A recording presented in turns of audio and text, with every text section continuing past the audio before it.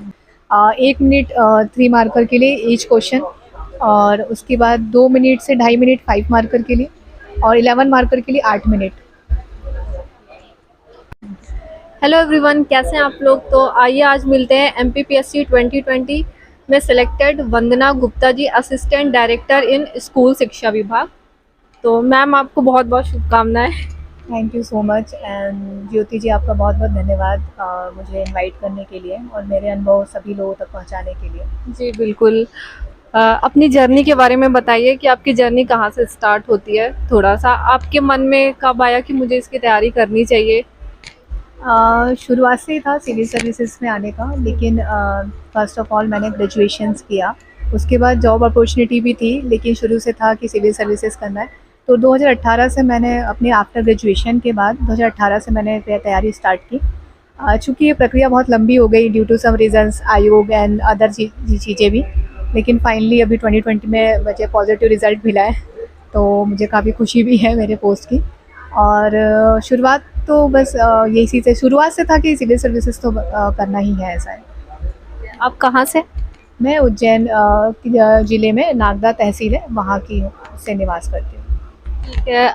इस तैयारी में आपके लिए सबसे बड़ा चैलेंज क्या था। जैसे सबकी अपनी अपनी सक्सेस स्टोरी होती है और चैलेंजेस भी सबके अलग अलग होते हैं, तो आपका सबसे बड़ा चैलेंज क्या था। सबसे बड़ा चैलेंज ये था कि मैं अपनी फील्ड स्विच कर रही थी। एक बेहतर कॉलेज से इंजीनियरिंग करने के बाद एक अच्छी अपॉर्चुनिटी होने के बावजूद भी मैं फील्ड स्विच कर रही थी, तो उसके लिए एक रिस्क था। सेकंड चीज़ ये था कि सिविल सर्विसेज में बहुत सारे एस्पिरेंट अपीयर होते हैं, सक्सेस रेट भी काफ़ी कम रहता है, और उसके बाद आपको फिर से एक स्टूडेंट लाइफ जीना होता है बहुत ज़्यादा, एक वो चैलेंजेस था। फैमिली सपोर्ट था बेशक, लेकिन ये एक तो कोविड के समय सभी लोग मेंटली बहुत ज़्यादा डिस्टर्ब भी थे, और उस सिचुएशन को झेलना, और इसी दौरान 2021 में मेरी मदर का देहांत हो गया। तो उस सिचुएशन से खुद को संभालते हुए और फिर से अपने आप को हिम्मत जुटाकर तैयारी करना, वो मेरे लिए सबसे बड़ा चैलेंज था। तो ऐसी सिचुएशन में आपका इमोशनल सपोर्ट क्या था कि आप टूटी नहीं और आपने उसको सक्सेस में बदल दिया। इमोशनल सपोर्ट ये था कि मतलब मेरी मदर का हमेशा से एक ड्रीम था कि वो अपनी बेटियों को एक बहुत ऊंचे मुकाम पे देखें, तो उनके उस ड्रीम के लिए वो मेरा मोटिवेशन बना कि मुझे उनके लिए कुछ करना है, कि उन्होंने ही हमें यहाँ तक पहुँचाया। उनकी मेहनत, उनका डेडिकेशन, और वो ज़्यादा पढ़ी लिखी नहीं थी, उसके बावजूद भी उन्होंने अपनी बेटियों को यहाँ तक पहुँचाने का जो ड्रीम देखा था, वही मेरा मोटिवेशन बना। आगे मुझे हिम्मत जुटाई मैंने उसके लिए। आपको गाइड किसने किया, मतलब आपको किसका गाइडेंस मिला है इस तैयारी के लिए। जैसे बहुत से लोग कंफ्यूज होते हैं और बहुत सारे वीडियो देखते हैं लेकिन उसके बाद भी पता नहीं चलता है। गाइडेंस की बात करें तो ऑब्वियसली मेरे फैमिली तो था, फैमिली में बैकग्राउंड में हमेशा एक गवर्नमेंट जॉब के लिए, सिविल सर्वेंट के लिए हमेशा से रुझान था, और मेरे फैमिली मेम्बर्स में कुछ लोग ऑलरेडी सिविल सर्वेंट है। और उसके बाद फ्रेंड्स के भी थ्रू मुझे इंजीनियरिंग में जाकर पता चला कि एक्चुअली ये सिविल सर्विसेज ऐसा होता है। तो हम लोग का जो एनवायरनमेंट था उसमें कुछ यूपीएससी की प्रिपरेशन कर रहे थे, कुछ स्टेट सिविल सर्विसेज की कर रहे थे, तो वहाँ से मुझे और मोटिवेशन मिला और इसके बारे में जानने को मिला, तो वहीं से मैंने स्टार्ट किया था कि मुझे उसकी प्रिपरेशन करनी है। आपने बुक्स और नोट्स का चयन कैसे किया जब मार्केट में इतने सारे अवेलेबल हैं। बुक्स और नोट्स के लिए बोलना चाहूँगी कि सबसे ज़्यादा इम्पॉर्टेंट है कि हमें ये चुनाव करना है कि हमारे लिए क्या सूटेबल है। हमें बहुत ज़्यादा इन्फ्लुएंस होके भागना नहीं है इधर उधर।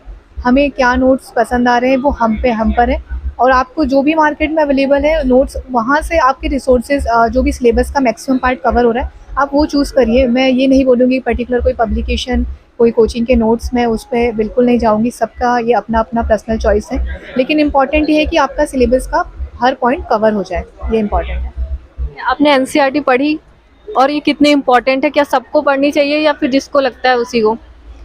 अगर आपको बहुत बेसिक नॉलेज भी नहीं है तो मैं ये रिकमेंड करूँगी कि आप सारे सब्जेक्ट की एनसीईआरटी पढ़ें, उससे बेसिक नॉलेज तो बन जाता है, क्योंकि एनसीईआरटी की जो लैंग्वेज है वो भी बहुत ईजी है और समझने वाली है। लेकिन अगर आप ऑलरेडी ग्रेजुएट हैं और आपको लगता है कि आप इतने कैपेबल हैं कि आप डायरेक्ट रेफरेंस बुक से पढ़ सकते हैं, तो मैं रिकमेंड करूँगी कि आप डायरेक्ट तैयारी शुरू कर दीजिए, क्योंकि आपके पास समय कम होता है और कम समय में आपको ज़्यादा पढ़ना होता है। दूसरी बात है कि हाँ, मैंने साइंस के लिए सिर्फ एनसीईआरटी ही पढ़ी थी, इसके अलावा मेरे पास साइंस की कोई बुक नहीं है। और एनसीईआरटी से ही मैं नोट्स बनाए। तो साइंस की तो मैं सबको बोलूँगी रिकमेंड करने के लिए कि सब लोग पढ़ें, साइंस की स्पेशली पढ़ें सब लोग। कौन से क्लास की? मैंने 6 से लेके 12 तक पढ़ी थी पूरी साइंस की। ठीक है। जैसे मुझे बहुत सारे कमेंट्स ये आते हैं कि कोई भी टॉपर पूरे बुक्स बता क्यों नहीं देता है कि उसने क्या पढ़े, वो क्यों नहीं बताता है। तो ऐसे आपने क्या यूज़ किए? जैसे कि सबका रहता है कि आपने क्या यूज़ किया है, कौन से नोट्स यूज़ किए हैं? सबसे पहली बात तो कोई भी आइडियल बुक लिस्ट होती ही नहीं है। बहुत सारी सिविल सर्विसेज ऐसी की बहुत सारी डाइवर्सिटी होती है। आप कुछ इंटरनेट की हेल्प लेते हैं, कुछ बुक की हेल्प लेते हैं। तो अगर कोई आपको बुक लिस्ट दे भी रहा है ना, तो वो बिल्कुल 100% नहीं है, वो भी 70% ही स्कोर मतलब आपका कवर करेगा सिलेबस। लेकिन अगर मैं अपना पर्सनल बताऊँ तो पॉलिटी के लक्ष्मीकांत ही केवल फॉलो किया है। और एंशियंट हिस्ट्री और मिडाइवल हिस्ट्री के लिए मैंने जो भी मेरे क्लास नोट से जहाँ से प्रिपरेशन की थी मैंने वहाँ रिकमेंड किया उसके लिए। और स्पेक्ट्रम मैंने उसकी यूज़ की थी आधुनिक भारत के लिए। और साइंस के लिए मैंने एनसीईआरटी केवल यूज़ की थी। उसके अलावा एथिक्स के लिए भी मैंने क्लास नोट्स लिए थे और इंटरनेट की हेल्प ली थी। और हिंदी भी केवल क्लास नोट्स, उसके लिए भी कोई बुक नहीं ली थी। और ऐसे के लिए मैंने न्यूज़पेपर की और एडिटोरियल जो पार्ट होता है, उसके बाद जो बड़े बड़े पर्सनालिटीज़ होते हैं उनकी जो स्पीच होती है उसमें कुछ कुछ इंपॉर्टेंट लाइन उनके कोट्स वो मैंने कलेक्ट किए और मेरी ऐसी प्रिपरेशन धीरे धीरे चलती रही। ऐसे के लिए कोई बुक यूज़ किया आपने? नहीं, ऐसे के लिए कोई बुक नहीं यूज़ की, आज तक नहीं यूज़ की मैंने। आपने शॉर्ट नोट्स बनाए अपने? जो मुझे लगे कि शॉर्ट नोट्स मुझे होने चाहिए और जिसके शॉर्ट नोट बनाना मेरे लिए काफ़ी ईजी था, वो मैंने बनाया। एथिक्स के लिए बनाया क्योंकि एथिक्स में आपको टू द पॉइंट डेफिनेशंस रटनी होती हैं। और हिस्ट्री के लिए बनाया था। इसके अलावा मैंने किसी भी सब्जेक्ट के लिए और किसी के लिए नोट्स नहीं बनाए थे, शॉर्ट नोट्स नहीं बनाए थे। ये जो 6 पेपर है मेंस में, तो इन 6 पेपर में आपकी स्ट्रेंथ क्या थी और वीकनेस क्या थी? कौन सा पेपर आपकी स्ट्रेंथ और वीकनेस था? मैं साइंस बैकग्राउंड से बिलोंग करती हूँ, तो मेरे जो स्ट्रेंथ थी वो साइंस एंड टेक्नोलॉजी पेपर 3, जो कि एमपीपीएससी में मैक्सिमम बच्चों का वीक होता है, तो वो मेरा प्लस पॉइंट था। सेकंड चीज़, मेरे एथिक्स भी काफ़ी अच्छा था क्योंकि जो समझने का आपका जो एक क्राइटेरिया होता है, एक लेवल होता है, वो भी काफ़ी अच्छा था। सेकंड, वो दूसरी बात ये थी कि मेरा जो मीडियम था, मेरी एजुकेशन इंग्लिश मीडियम में हुई है बट मैंने हिंदी मीडियम ऑप्ट किया था ड्यू टू एमपीपीएससी के एनवायरनमेंट को देखकर। तो हिंदी भी मेरा प्लस पॉइंट था। और मैं थोड़ा सा बुक रीडिंग करती हूँ, हिंदी साहित्य की भी कई बुक्स पढ़ी हैं। उसके बाद मैं लिखती भी हूँ, पोएम्स वगैरह भी लिखती हूँ। तो वो मेरे ऐसे में मेरा प्लस पॉइंट काम किया कि वो मैं कोट्स तुरंत बन जाते थे मेरे से। आपने टेस्ट सीरीज कहाँ से की और कितने टेस्ट लिखे होंगे लगभग? टेस्ट सीरीज़ कहाँ से की? मैंने 2020 की test series Mahatma Gandhi institute से की थी, सिविल सर्विस इंस्टीट्यूट से। और मैंने टेस्ट, जो भी टेस्ट के शेड्यूल थे वो मैंने सारे टेस्ट लिखे थे। तो आप टॉप 10 में आती थी? वो जो लिस्ट बनती है तो? हाँ, वो लिस्ट बनती है, उसमें मैक्सिमम मैं टॉप 10 में थी। मैं कभी कभी नीचे भी चला जाता था और एक आध बार मैं टॉपर भी रही हूँ। आप अभी जो 21 का मेंस होने वाला है, तो उसके लिए आप क्या बोलेंगे कि क्या बिल्कुल मस्ट है? डूज और डोंट बता दीजिए। अभी सिर्फ 1 वीक बचा है, तो मैं ये बोलूँगी कि कोई भी जो भी स्टूडेंट है वो कोई भी अपने अंदर नया बदलाव ना करे। वो जो है उसको अपनी स्ट्रेंथ बना ले, अब उसी पे वर्क करे और वो वही समझ के चले कि वही बेस्ट है। आप उसको वर्क करें और आप अभी 1 वीक बचा है तो आप कोई बदलाव ना करें, सिर्फ कंटेंट पढ़ें। इवन लिखने पे भी जितना आपकी राइटिंग हो चुकी है बस ख़त्म करिए, सिर्फ कंटेंट पढ़िए और अपने आप को जितना रिलैक्स रख सकते हैं, जितना मोटिवेटेड रख सकते हैं और अपने पे विश्वास रखिए बस। मेंस में आपका फोकस किस में रहता था कि 3 मार्कर बहुत अच्छे से लिखने हैं या 5 मार्कर या 11 मार्कर पे? ऑब्वियसली 3 मार्कर गेम चेंजर है। 3 मार्कर पे बहुत ज़्यादा वर्क करना है, आप मैक्सिमम मार्क्स वहाँ गेन कर सकते हैं। और एक कॉपी का इम्प्रेशन भी वहीं से बन जाता है। अगर आपका कोई कॉपी चेक कर रहा है और फर्स्टली थर्ड मार्क 3 मार्कर ही देखता है वो, तो आपका इम्प्रेशन वहीं से बन जाता है। और उसके बाद अगर वर्क करना है 3 मार्कर के बाद, तो मैं बोलूँगी 11 मार्कर पे, उसके बाद 5 मार्कर पे। ठीक है, आप लिखते कैसे थे कि मतलब 3 मार्कर, 11 मार्कर और 5 मार्कर में पहले कौन सा अटेम्प्ट करते थे? सबसे पहले 3 मार्कर में अटैम्प्ट करती थी, फिर उसके बाद मैं 5 मार्कर में 4-5 क्वेश्चंस अटैम्प्ट करके मैं 11 मार्कर पे स्विच हो जाती थी। 11 मार्कर सारे कंप्लीट कर लिए, उसके बाद 5 मार्कर अगेन। और आपका टाइम मैनेजमेंट कैसा रहता था? इनको कितने कितने टाइम में आपने किया है और आइडियल टाइम क्या होना चाहिए? आइडियल टाइम की बात करूँ तो मैंने भी आइडियल टाइम ही फ़ोकस किया था और आइडियल टाइम में ही पेपर कंप्लीट हो सकता है, इतना मतलब इतना टाइम नहीं होता है।